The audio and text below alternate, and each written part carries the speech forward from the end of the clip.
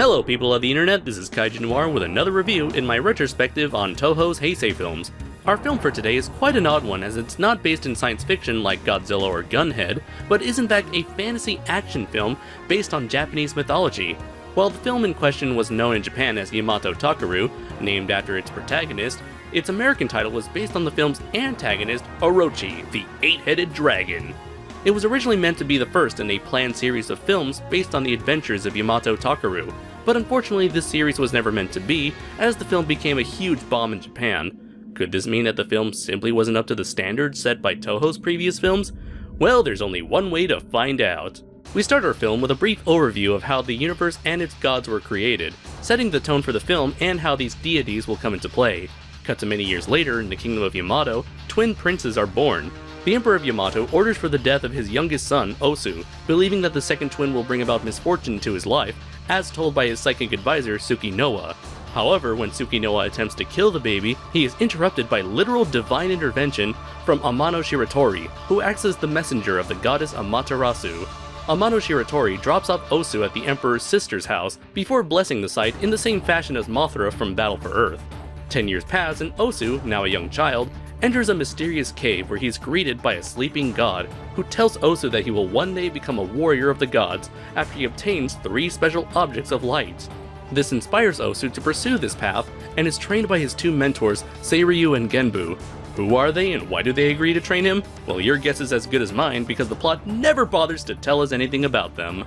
We then see Osu as an adult and played by Masahiro Takashima, making this his 3rd appearance in my retrospective.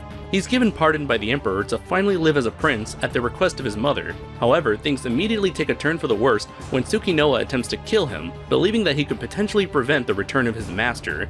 When this fails, he frames Osu for the deaths of both his mother and brother.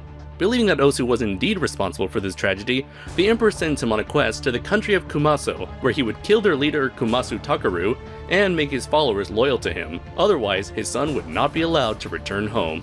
Along the way, he is joined by Seiryu and Genbu along with a woman named Oto. Together, they quickly infiltrate Kumasu Takeru's base, kill both him and the fire god Kumasugami, and is rewarded one of the 3 powerful objects of light that was prophesied in his youth. Afterwards, Osu decides to go by Yamato Takeru, a name given to him at the request of his fallen enemy. Once he returns home, Yamato Takeru is given a new task by his aunt to prepare for the upcoming arrival of Tsukiyomi, an evil god that once threatened the existence of all life on Earth. Having trained to the fullest extent, Yamato Takeru sets off on a life-changing journey as he finds out his true purpose in life. Or he would have had it not been told to him already earlier in the film. Whenever I describe this film to my friends, I would proclaim that it's essentially a Japanese Clash of the Titans, as it pretty much follows a protagonist of divine origins who goes on multiple adventures and confronts several fantastical creatures along the way. While I cannot comment on how close this adaptation is to the tale of Yamato Takeru, I can confidently say that this story follows the basic hero's journey and plays it safe with this formula. However, that's where I begin to have my issues with the film, as I feel that it's too straightforward and traditional with no real surprises, twists, or turns. Characters meet, travel to locations, fight some baddies, and get a reward or 2 along the way. On top of that, this generic formula becomes worse due to being populated by bland characters that are never fleshed out beyond their basic character descriptions. While I can tolerate a simple plot like this from time to time, the biggest problem that gets me is the narrative's reliance on the prophecy/chosen one plot device, where everything that happens in the film is predetermined beforehand, making the plot even more predictable than it should be. The reason why I despise the whole prophecy angle is because I tend to view it as nothing more than a lazy plot device used to foreshadow future events and quickly explain character motivations. To me, a protagonist should be labeled the hero after he or she has proven, him or herself, that he or she can accomplish what no other person could do before despite all odds riding against him or her. Here, Yamato Takeru is labeled the hero because the powers that be says he's supposed to be the hero. In fact, the only reason why he can pull off so many of these amazing feats is due to the gods showering him with extra powers because, as I've stated, they've already chosen him as the hero. For instance, Yamato Takeru's life was saved on multiple occasions by a mystical power called the Wild Spirit that possesses him in order to defend himself. When he confronts the fire god Kumasugami, he immediately masters this power within seconds and obliterates the deity through laser vision. Afterwards, the gods give him the sacred mirror that would later be used to overpower Tsukuyomi. Now, if Yamato Takeru was able to master this power within a believable span of time, this achievement would have felt more deserving of that reward. Instead, this handling of the character makes him feel like a completely unstoppable and unrelatable character. When that happens, all matter of suspense and drama is dropped, since he can anticlimactically destroy his foes with ease. Compare this scene with Perseus' battle with Medusa from Clash of the Titans. Perseus himself had a similar upbringing, where he was blessed by the Greek gods at birth, and was given special weapons to aid him on his journey. But rather than pulling some random power out of nowhere to kill Medusa, he figured out how to use Medusa's reflection against her in order to avoid her deadly stare. And even once he beheads her, he ended up losing his shield in the process, much like how he lost his invisibility-enhanced helmet when he was confronted by the film's antagonist. This level of personal sacrifice is not really present with Yamato Takeru, be it physical or emotional, which leads me to discuss Yamato Takeru as a character. Throughout the film, he's described by other characters as being courageous, compassionate, and filled with wisdom and strength. Gee, where exactly have I seen those qualities before? I don't know. How about every single protagonist in fiction?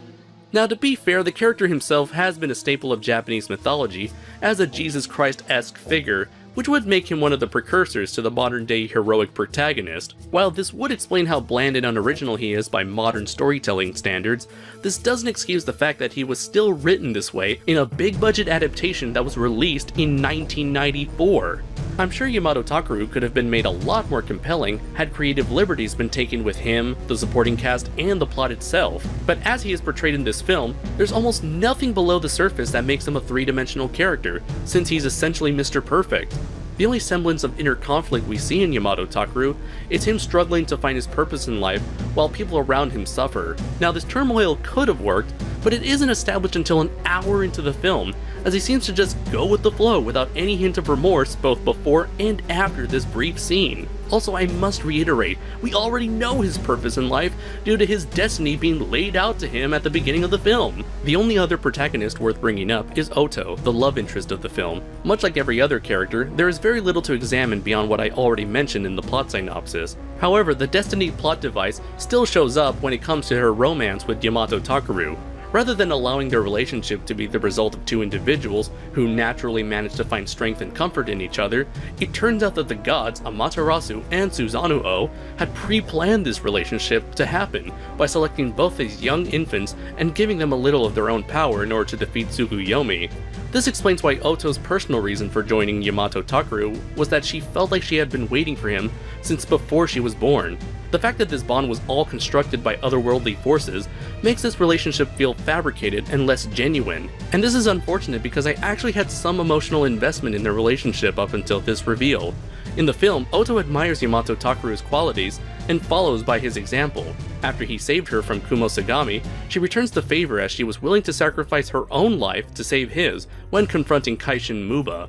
Why couldn't this be the basis for their relationship? The last character to discuss is our villain Tsukuyomi. He was a god who envied Amaterasu's high-ranking position, and transformed himself into the monstrous Orochi in order to destroy all that she had created. However, he was stopped by the war god Susanoo, and was sealed away in what looks like Space Godzilla's crystal form. Now he has come back with the intention to do the same thing all over again, thanks to the help of his follower Tsukinoa.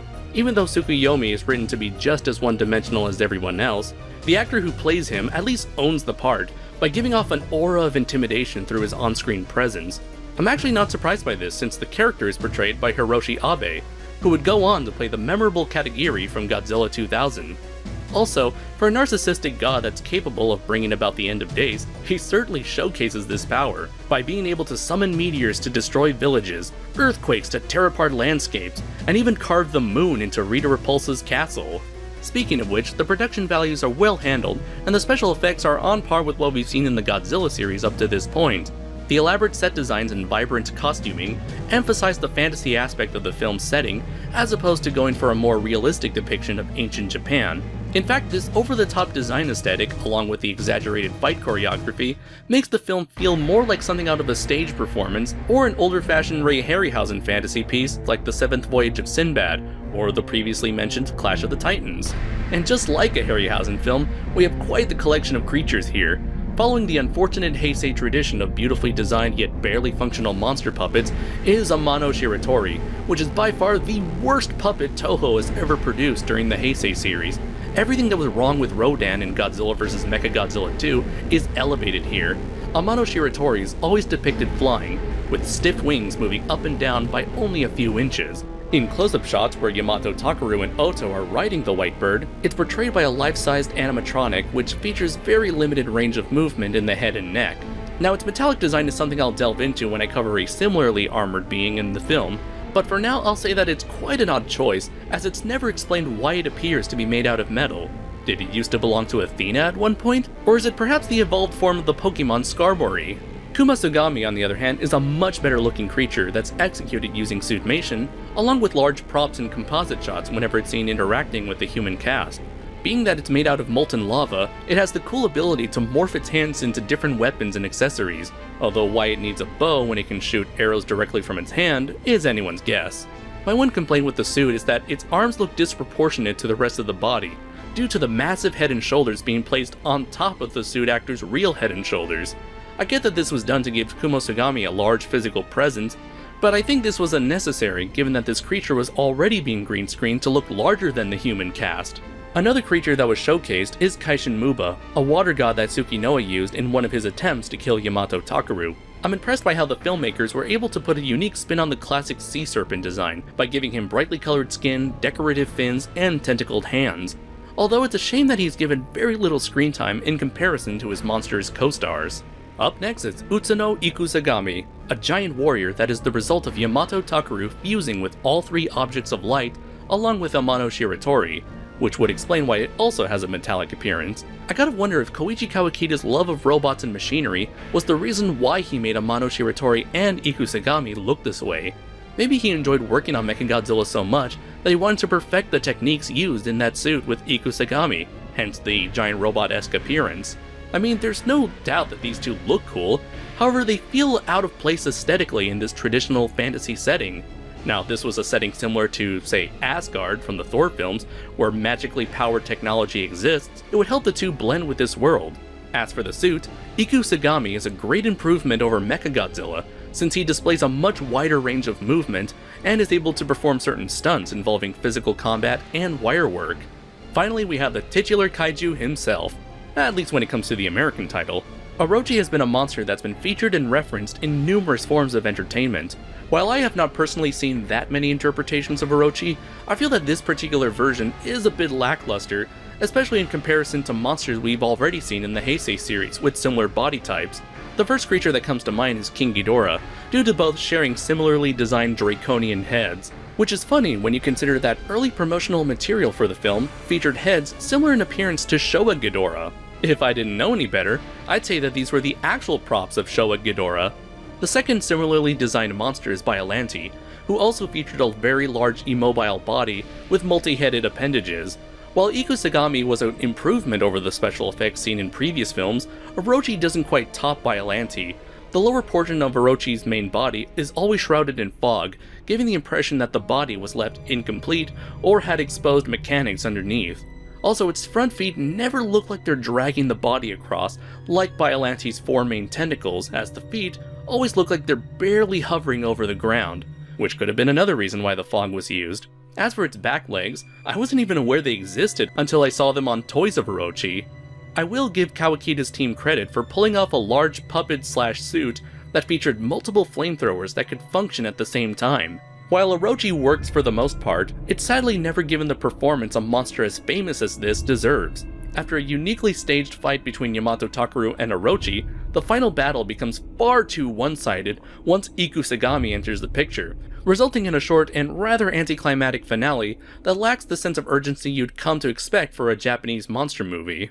Before I planned on critiquing this film, I had only watched it once several years prior, and remember being thoroughly entertained if a little bored at points. But upon rewatching Orochi the Eight-Headed Dragon through a critical eye, it sadly got worse for me, which is unfortunate because I was really excited about revisiting this film.